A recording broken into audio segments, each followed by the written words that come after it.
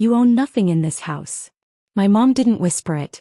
She didn't say it quietly or gently or even like it was something that should stay inside family walls. She said it loud. Loud enough that the room went still, loud enough that forks stopped mid-air, loud enough that every single person at my birthday party turned to look at me. I remember the sound of my cousin laughing first. A sharp, awkward laugh like she wasn't sure if it was a joke or not. She really thought she'd inherit something, she said, shaking her head. And just like that, it wasn't a joke. I stood there, holding a glass I didn't even remember picking up, my fingers tightening around it as the silence stretched. My heart was pounding so hard I could hear it in my ears. I opened my mouth to say something, anything, but nothing came out. Because what do you even say when your own mother tells you in front of everyone that you own nothing? And just when I thought it couldn't get worse, someone behind me cleared their throat. A calm, steady sound. And somehow that sound changed everything. My name is Lily Carter. I'm 32 years old.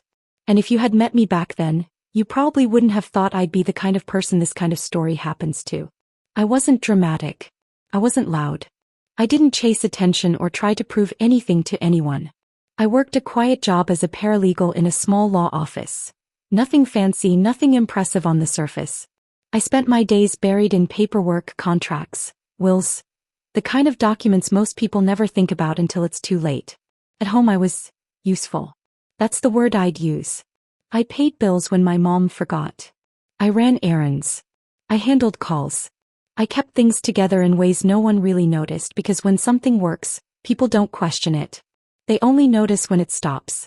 My younger brother Daniel, though, he was different. He was the one they always praised. The one who could do no wrong. If he made a mistake, it was just a phase. If I made one, it was exactly what we expected. And I wish I could say that didn't affect me, but it did. Not in some loud, explosive way. Not in arguments or fights. It showed up quietly, in the way I second-guessed myself, in the way I stayed silent when I should have spoken, in the way I kept hoping that one day things would shift. That one day they'd see me. Because here's the truth, I didn't want their money. I didn't care about being rich or having some big inheritance. I just wanted to feel like I belonged. Like I wasn't temporary. Like I wasn't replaceable. And maybe that's why that moment at my 18th birthday hit so hard. Because it wasn't just about what my mom said. It was about what it confirmed. Everything I had quietly feared, said out loud in front of everyone.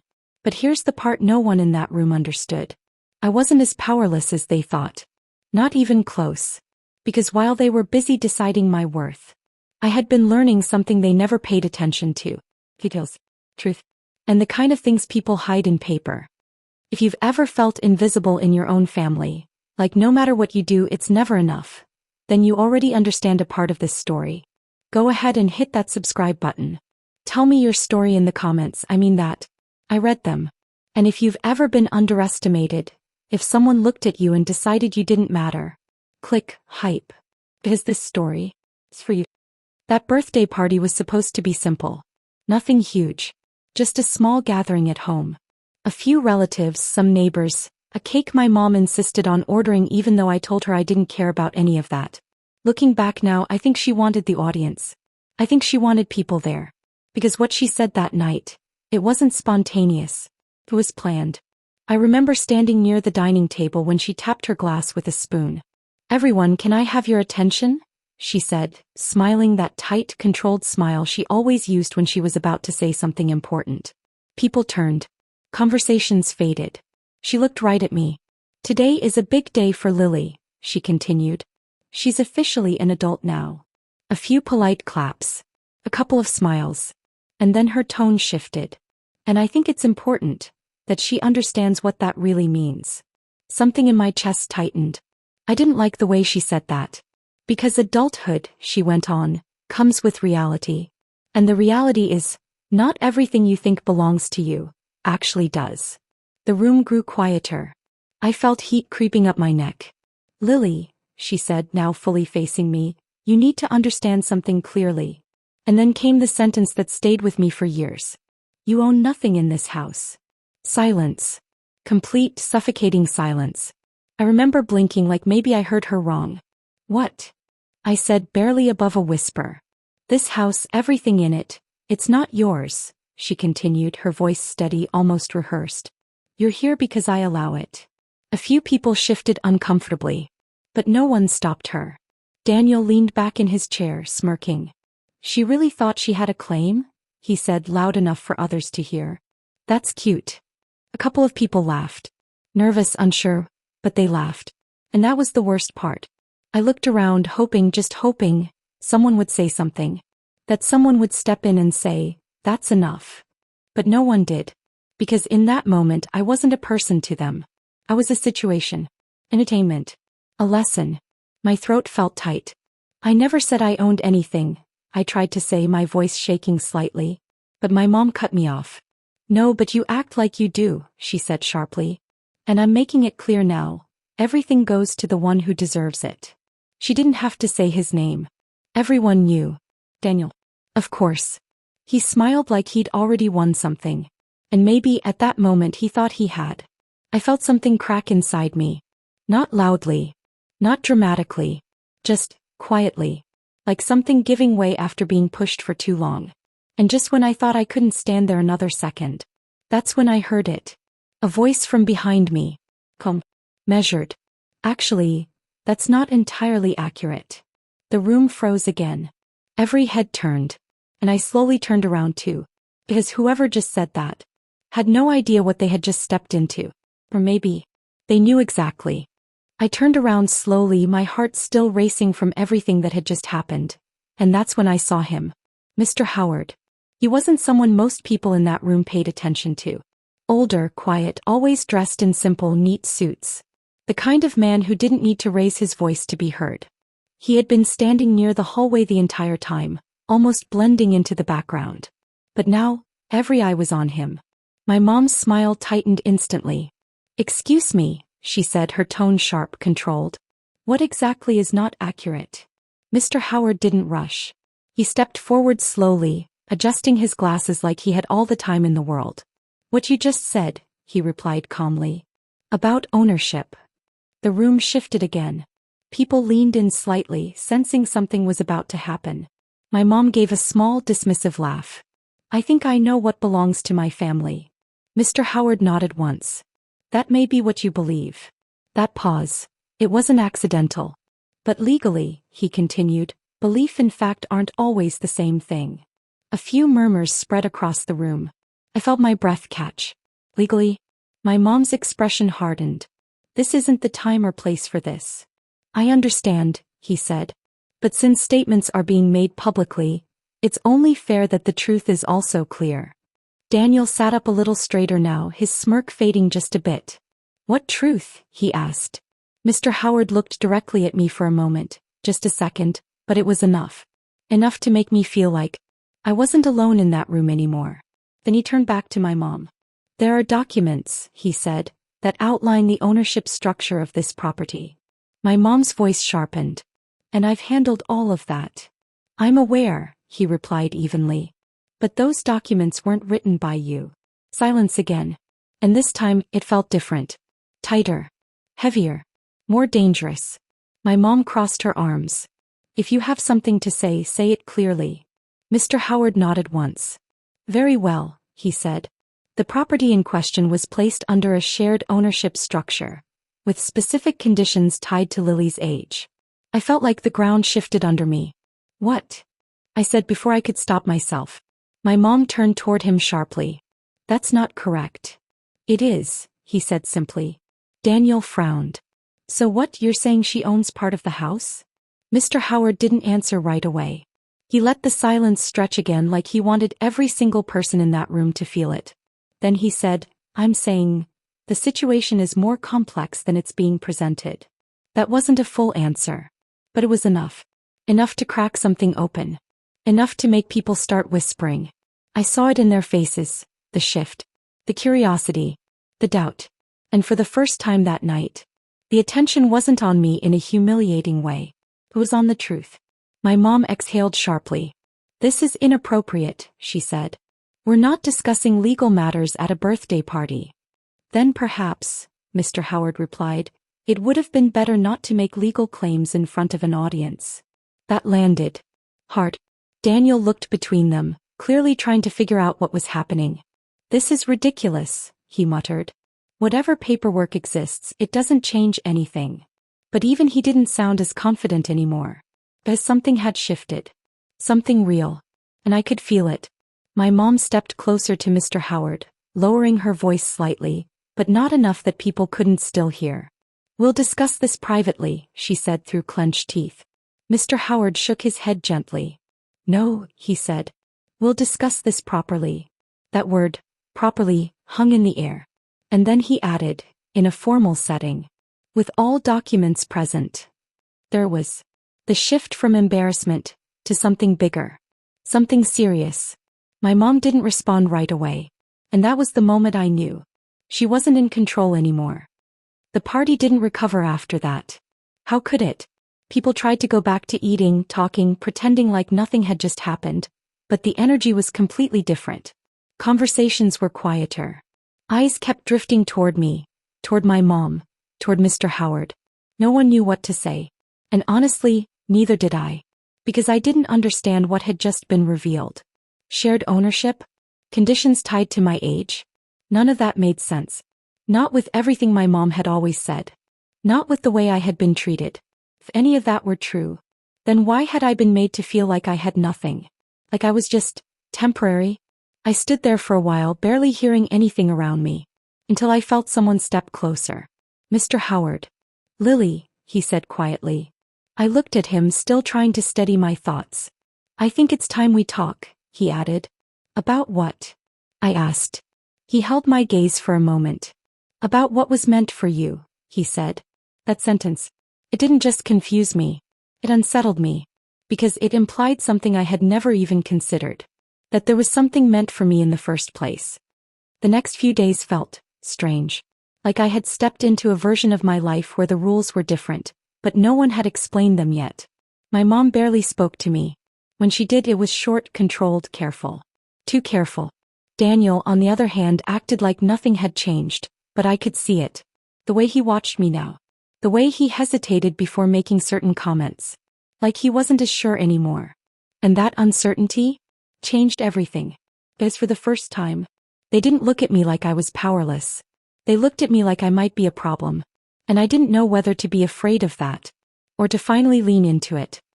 A few nights later, my mom called me into the living room. She was sitting on the couch, a stack of papers on the table in front of her. "I need you to sign something," she said. No explanation. No softness. Just that. I stayed standing. "What is it?" "Just a family agreement," she replied. "Standard. Nothing complicated." I didn't move. "Then I'll read it first," I said. That was new. That was different. And she noticed. Her eyes narrowed slightly. "It's not necessary," she said. "I'll read it anyway," I replied. Pause. A long one. And in that silence, something shifted again. But this time, I didn't back down. My mom didn't like that I said I'd read it.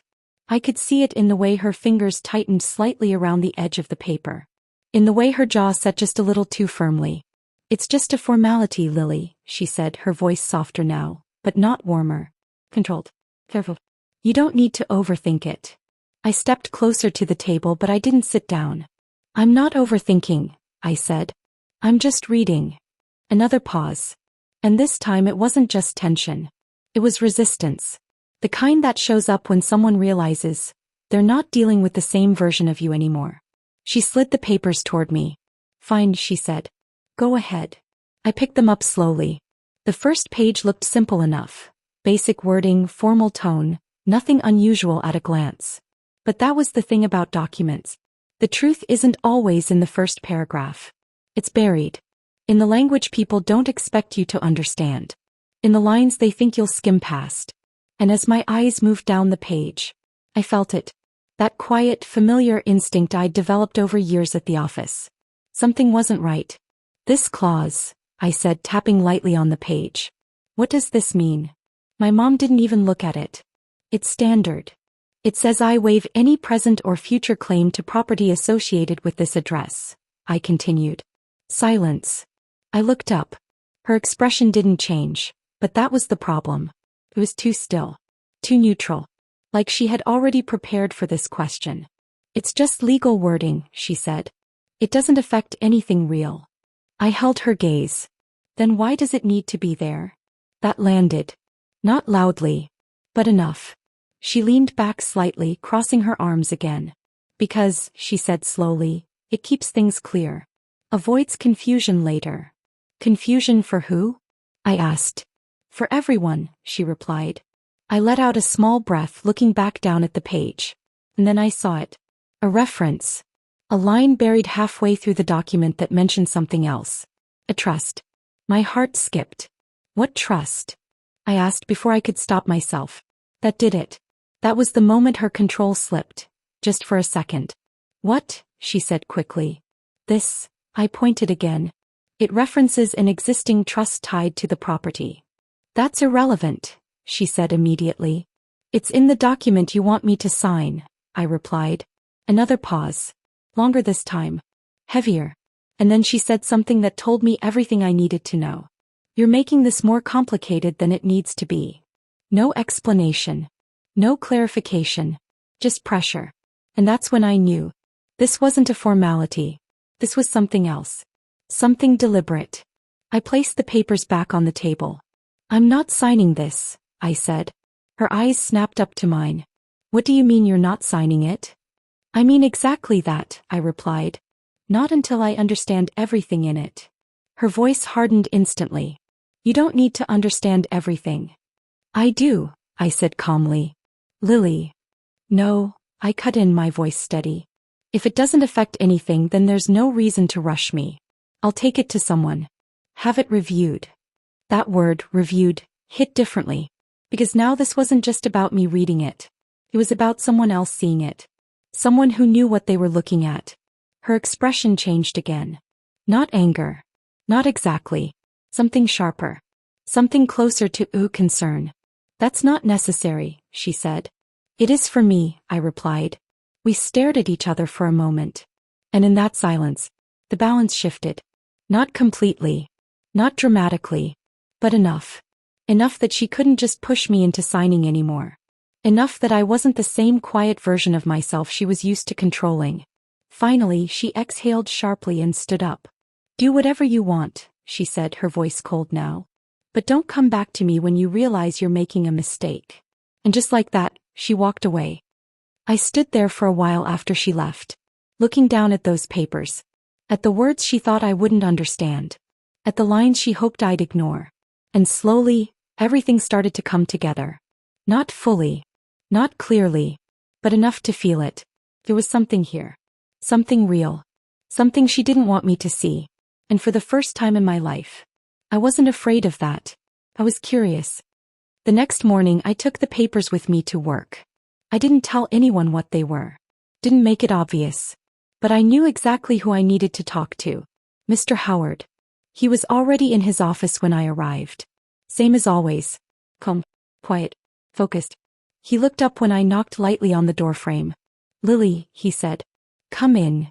I stepped inside, closing the door behind me. I need you to look at something, I said. He nodded once. I figured you might. That caught me off guard. You did. He gave a small, knowing look. Your mother isn't the type to leave things alone. I handed him the papers. He didn't rush. Didn't react immediately. Just sat there reading. Carefully. Line by line. And as the seconds passed, I watched his expression change. Not dramatically. But enough. Enough for me to know. I was right. After a moment he set the papers down. And looked at me. This isn't a formality, he said. I let out a slow breath. I figured. He nodded. It's an attempt. An attempt at what? He held my gaze for a second before answering. To remove you. Those 3 words. They didn't shock me. Not completely. But hearing them said out loud made it real. What they didn't know, I said quietly, more to myself than to him, is that I actually read things. Mr. Howard gave a small, almost approving nod. And what they didn't expect, he replied, is that you'd understand them. I looked back down at the papers. At the language. At the hidden meaning behind it. And for the first time, I wasn't the one being left out of the truth. I was standing right in the middle of it. and somewhere deep down, a thought started to form. Clear, steady, unshakable. I had a plan. They just didn't know it yet. I didn't tell my mom what Mr. Howard said. I didn't confront her. I didn't argue. I didn't even bring it up again. And that confused her more than anything. Because she was used to reactions. Used to me trying to explain myself, defend myself, ask questions she never intended to answer. But now, I was quiet. Not the same kind of quiet as before. The kind that came from doubt or fear. This was different. This was the kind of quiet that comes when someone is thinking, planning, connecting pieces. And she could feel it. I saw it in the way she watched me now. In the way her tone changed when she spoke to me. More careful, more measured. Like she didn't know what I knew anymore. And that uncertainty? It started to make her uncomfortable. At work things moved faster. Mr. Howard didn't waste time. There's more, he told me the next day, closing the door to his office again.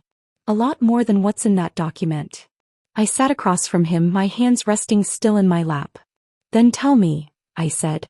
He studied me for a moment like he was making sure I was ready. Your father, he began, was very deliberate with how he structured everything before he passed. That word, deliberate, stuck with me. He anticipated conflict, Mr. Howard continued. He knew there might be attempts to shift control later. My chest tightened slightly.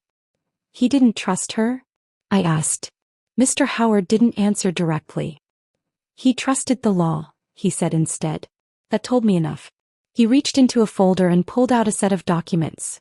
Older ones, more formal, stamped, signed. These are copies, he explained. The originals are secured. But this is what matters. He slid them toward me. I leaned forward, scanning the first page. And as I read, everything inside me went still. This says, I paused, reading it again just to be sure. It says the property is held in a trust. Joint structure. Controlled access until you turned 18, he finished. I looked up at him. So everything she said, I started, was incomplete, he replied. Incomplete. I repeated. She said I had nothing. And legally, he said calmly, that was never true. The room felt quieter somehow. He continued, you were always meant to have equal standing. Equal authority. It just wasn't activated yet. And now it is? I asked.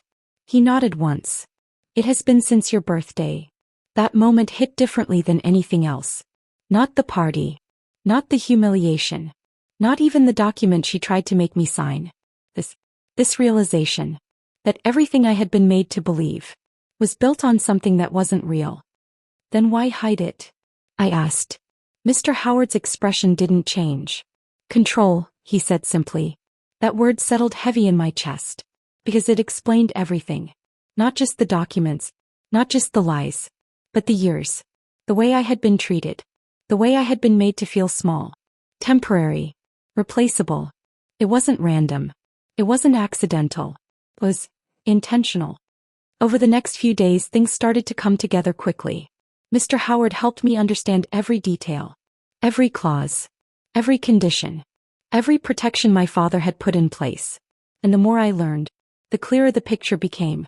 This wasn't just about property. It was about truth.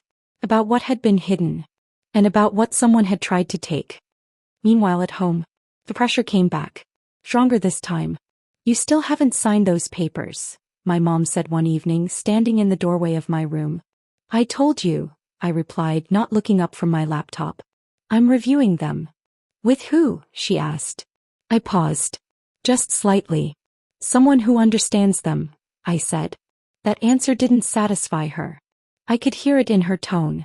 You don't need outside people involved in family matters, she said. Then it shouldn't be a problem if everything is clear, I replied. Silence. Then, you're making this harder than it needs to be. No, I said calmly. I'm just not making it easy anymore. That landed hard, and for a second, neither of us said anything, because that sentence changed the dynamic completely. Daniel tried a different approach. Less direct. More mocking. You really think you're doing something here? He said one night, leaning against the kitchen counter while I poured a glass of water. I didn't respond right away. You've always been like this, he continued. Overthinking. Complicating things. It's not that deep. I turned to face him. Then why does it bother you? I asked. He blinked. Just once. Caught off guard. It doesn't, he said quickly. I held his gaze for a second longer. Then nodded slightly. Good, I said. Then it won't matter what happens next. And just like that, I walked past him, leaving him standing there, without the last word. For once. They thought they were still in control. That this was just a phase. That eventually I'd give in. Sign the paper. Fall back into place. But what they didn't know, what they couldn't see yet, was that everything had already shifted. Not just legally, but mentally, emotionally, completely. A few days later, Mr. Howard called me into his office again. It's time, he said. For what? I asked. For clarity, he replied. He placed a folder on the desk. Thicker this time. More complete. This contains everything, he continued. The trust documents, the ownership structure. And he paused. Evidence. I felt my stomach tighten slightly. Evidence of what? He met my eyes. Attempts to alter, conceal, and misrepresent those documents. Silence. Heavy. And then he added, we're going to address this properly. I knew what that meant. A formal setting. A legal conversation. One where things couldn't be twisted or avoided. One where the truth would have to be faced. They think they've already won, I said quietly. Mr. Howard gave a small nod. That's usually when people are the least careful. I looked down at the folder. At everything inside it. At everything it represented. And for the first time, I felt something I hadn't felt in a long time. Not fear. Not doubt. Not even anger. Control. I'm ready, I said. The meeting was set for a Thursday afternoon. No celebration. No audience. No distractions. Just a quiet office, a long table, and the kind of silence that doesn't let anyone hide behind noise. My mom arrived first. Of course she did. She always liked to feel like she was in control of a room before anyone else walked in. Daniel came in right after her, more relaxed than he should have been, hands in his pockets, acting like this was just another formality. Like this was already settled. Like I had already lost. I walked in last. Not rushed. Not hesitant. Just steady. And when my mom saw me, her eyes narrowed slightly, not in anger but in calculation. Like she was trying to figure out what version of me had just entered that room. Because it wasn't the same one from the birthday party. And she knew it. Mr. Howard was already seated at the head of the table. Calm. Organized. Prepared. A folder sat in front of him. The same one. He gestured for us to sit. Thank you for coming, he said. No one responded. The tension in that room didn't need words. It was already thick enough. My mom folded her hands on the table. Let's make this quick, she said. I have other commitments. Mr. Howard nodded slightly. I'll be as clear as possible. Daniel leaned back in his chair. Yeah, let's hear it. I'm sure this is just a misunderstanding. That word again. Misunderstanding. They held on to it like it could protect them. Mr. Howard opened the folder. Fully. Deliberately. And for a moment no one spoke. The sound of paper shifting was the only thing in the room. Then he began. The property located at your residence, he said, is held under a legally binding trust established by the late Mr. Carter. My mom didn't react. Not yet. She was waiting. Waiting for something she could dismiss. Daniel glanced at her briefly, then back at Mr. Howard. And, he said. Mr. Howard continued. The trust outlines a shared ownership structure between Mrs. Carter and Lily Carter. Silence. Real silence this time. The kind that presses in. Daniel straightened slightly. Shared. Yes, Mr. Howard said. My mom's voice came out sharp. That's not correct. Mr. Howard didn't even look at her. It is, he said calmly. She leaned forward. I've handled all financial matters related to this house for years. And yet, he replied, finally meeting her gaze, the legal structure has remained unchanged. That landed. Harder than anything said before. Because this wasn't opinion. This wasn't emotion. This was fact. Daniel shook his head. Okay, but even if that's true, it doesn't mean anything changes now. Mr. Howard flipped to another page. It does, he said. Because the trust includes a condition. He paused. Just long enough. A condition that activates full co-ownership rights when Lily turns 18. I felt it again. That quiet shift. That moment where something invisible becomes undeniable. Daniel looked at me now. Really looked at me. For the first time, not like I was beneath him, but like I was suddenly equal. And he didn't like that. That doesn't make sense, my mom said quickly. If that were true, I would have known. Mr. Howard's expression didn't change. You were informed, he said. I was not, she snapped. He slid a document across the table. Signed acknowledgement, he said. Dated. Her hand didn't move, but her eyes did. Scanning, reading, and then, there was that crack. Small, but real. This doesn't change control, she said, her voice tighter now. Day-to-day decisions require mutual agreement, Mr. Howard interrupted. Silence again. Daniel sat up fully now. So what, she gets a say in everything? Yes, Mr. Howard replied. Simple. Final. I didn't say anything yet. I didn't need to. Because everything I had been told, everything I had been made to believe, was unraveling on its own. Right in front of them. My mom exhaled sharply. This is being blown out of proportion. Mr. Howard didn't respond immediately. Instead, he reached into the folder again. And this time, he pulled out something different. A separate set of documents. These, he said, placing them carefully on the table, are records of attempted amendments. My stomach tightened slightly. This was it. The part they didn't expect. My mom's eyes flicked down to the papers. Then back up. What is that supposed to mean? She asked. It means, Mr. Howard said calmly, there were attempts made to alter the structure of the trust without proper authorization. Daniel frowned. That's not illegal. It is, Mr. Howard replied, when done without all required parties. Another pause. He added, including Lily. The room shifted again. Not just tense now. Unstable. I never signed anything like that, I said quietly. Mr. Howard nodded. You didn't. My mom's voice rose slightly. This is ridiculous. But it didn't sound strong anymore. It sounded defensive. And that was new. Mr. Howard leaned back slightly. 4 years, he said, there has been a consistent narrative presented, that Lily has no claim, no ownership, no standing. He looked directly at my mom.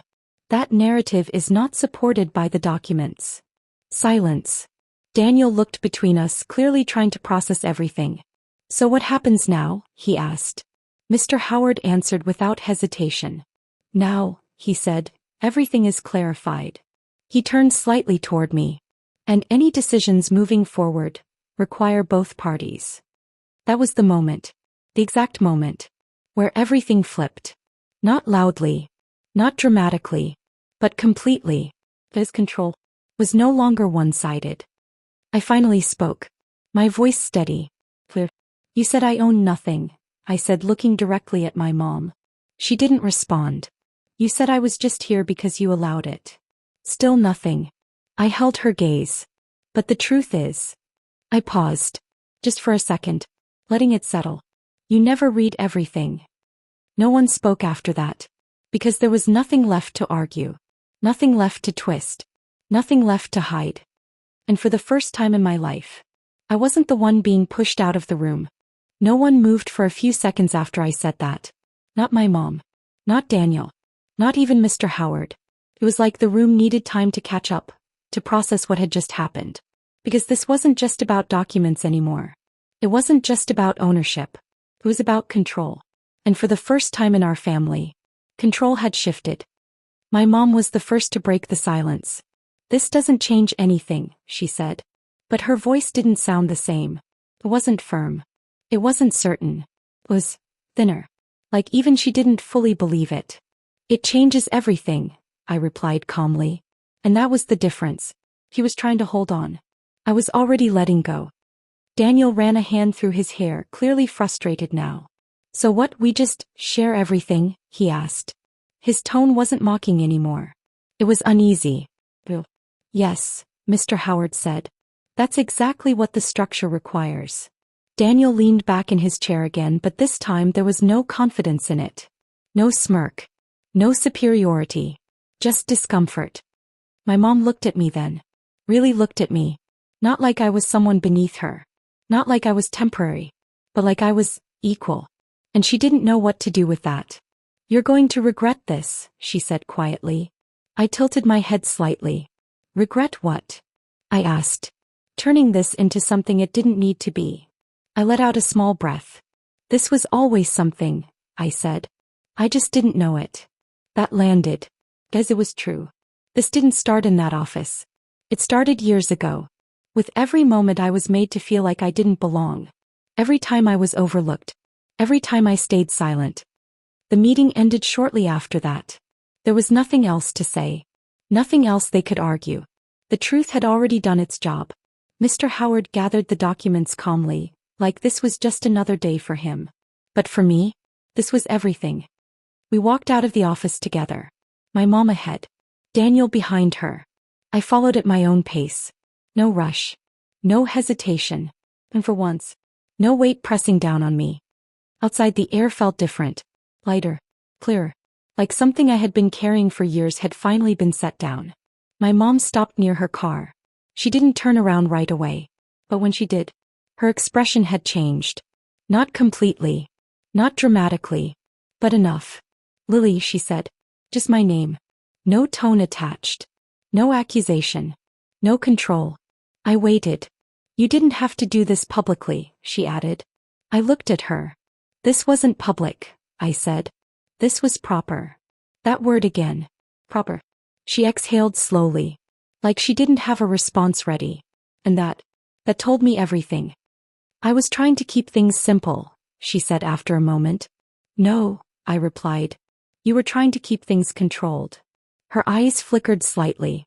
Not anger. Not denial. Recognition. Maybe. Just a little bit of regret. But not enough to undo anything. Daniel didn't say anything. Not to me. Not to her. He just stood there quiet for once. Processing. Because for him this wasn't just about losing control. It was about losing certainty. And that's harder. "I'm not fighting you," I said finally. That caught her off guard. "I'm just not stepping back anymore." Silence. Then she nodded once. Slow. Hidden. Like she didn't have another move. I turned away after that. Not dramatically. Not angrily. Just done. Done explaining. Done proving. Done waiting to be seen. Because I didn't need that anymore. Over the next few weeks things changed. Not instantly. Not perfectly. But clearly. Legal adjustments were made. Access was shared. Decisions required both of us now. Just like they were always supposed to. At home the dynamic shifted too. My mom didn't raise her voice the same way. Daniel didn't make the same comments. Me. I didn't shrink anymore. Not in conversations. Not in decisions. Not in my own space. But the biggest change was internal. Because I stopped looking at that house like it defined me. Stopped tying my worth to whether I belonged there. Because the truth is, I had been standing on my own strength long before any document proved anything. I just didn't see it yet. A month later I made a decision. Not out of anger. Not out of revenge. But out of clarity. I moved out. Not because I had to. But because I could. On my terms. With my name attached to something real. Something equal. Something honest. The day I left my mom stood in the hallway. Watching. Not stopping me. Not arguing. Just watching. And for the first time, she didn't look at me like I was leaving something behind. She looked at me like I was taking something with me. They thought ownership was about control. I said quietly, more to myself than anyone else. But it was always about truth. If your family ever made you feel like you didn't belong, like you had no place in your own home, I understand that more than you think. Share your story in the comments. Subscribe if you want to be part of a space where your voice actually matters. And if you've ever been underestimated or pushed aside, click hype to help this story reach someone who needs it. Your story has power. If you felt a connection to mine, please subscribe and share your journey in the comments. Every hype you give this video helps empower someone else. Thank you for being here and for listening.